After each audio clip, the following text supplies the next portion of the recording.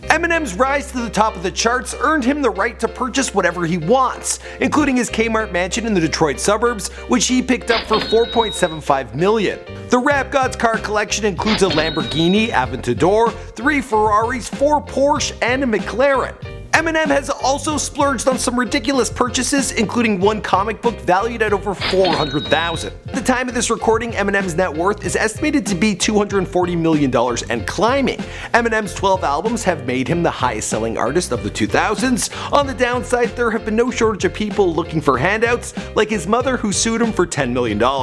I ain't in this for the money, you know what I mean? I don't give a fuck about money. I'm in this for just for somebody to come up and say, Eminem, you're dope, you know what I mean? But fortune favors the brave, and regardless what Eminem's early objectives were, the boy came out on top. We're gonna take a look at his financial come up and what he spent his fortune on here for you on The Rich Life. My name's Michael McCrudden and I got a question for you guys. Of all of Eminem's songs, which do you think is my all-time favorite? I'll give you a hint, it's off the Marshall Mathers LP. Take a guess. The answer will be at the end of this video. Also let me know your favorite track in the comments. Now let's get into this video. If I share with you my story, would you share your dollar with me?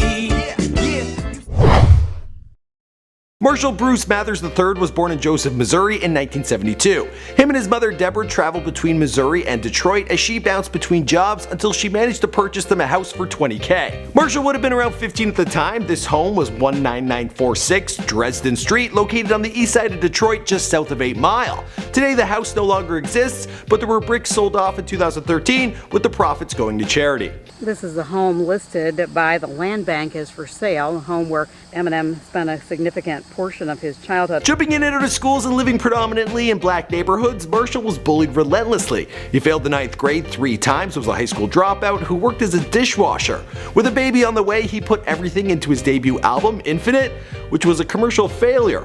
Eminem overcame an attempted suicide, putting everything on the line to produce his Slim Shady EP, which got into the hands of Dr. Dre. Dre liked it and Dre was looking for me, and found me like 3 days later. Eminem would only bank $138,302 in 1998, according to MoneyNation.com.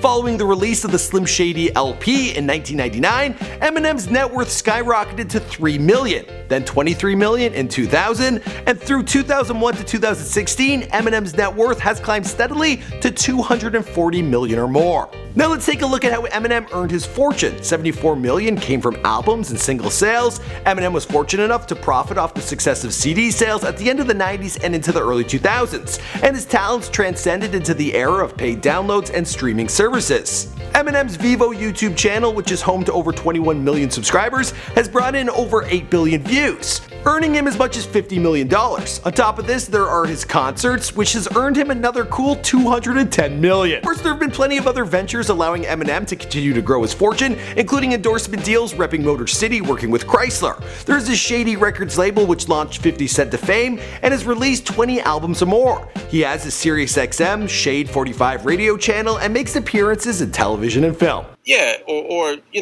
when I say things about gay people or people think that my lyrics are homophobic, it's because I'm gay. With all this money coming in, it's no surprise how many people came after Eminem looking for a payout in court. For 13 years straight, Eminem has had at least one major lawsuit per year, racking up some serious legal fees. His mother sued him for defamation of character, asking to be rewarded $10 million.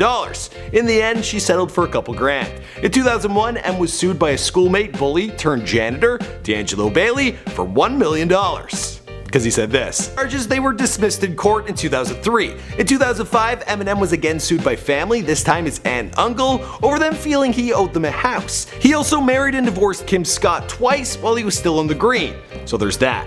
There were plenty of other court cases with estimates concluding that Eminem could have spent as much as $4.74 million on legal fees alone. Regardless, the dude is still rich, so let's take a look at how he spent some of that hard-earned cash.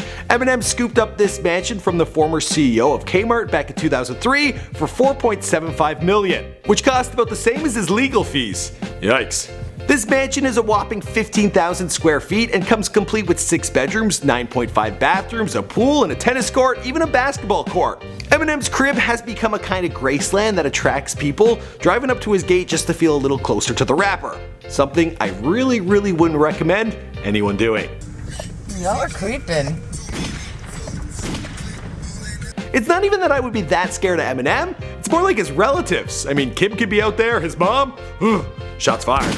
Marshall Mathers appreciates his privacy. It's been rumored that he owns a vacation spot on Marco Island in Florida. This one's 16,000 square foot, and it comes complete with a water slide that goes from the house pool into the ocean. He's also got the official Shady Records office space in New York City, and rent prices here in the heart of Soho, well, they can go as high as $182,500 a month. For a long time, Eminem relied on public transportation or his own two legs to get around. Now when he needs to fly somewhere, he simply rents a private jet, which typically will cost him $3,500 an hour. When he first came into money, he bought himself a purple Ford Mustang convertible and installed an R74200 sound system. How sweet. With more money coming in, he decided to fill up his 5-car garage. He scooped up a Cadillac Escalade costing him around $95K, a Hummer H2 for $65K, but M was just getting started. There's the Aston Martin V8 Vantage, the Ferrari 575, the Porsche Carrera GT, the Ford GT, the Audi R8 Spyder, a Porsche 911 GT3 RS 4.0,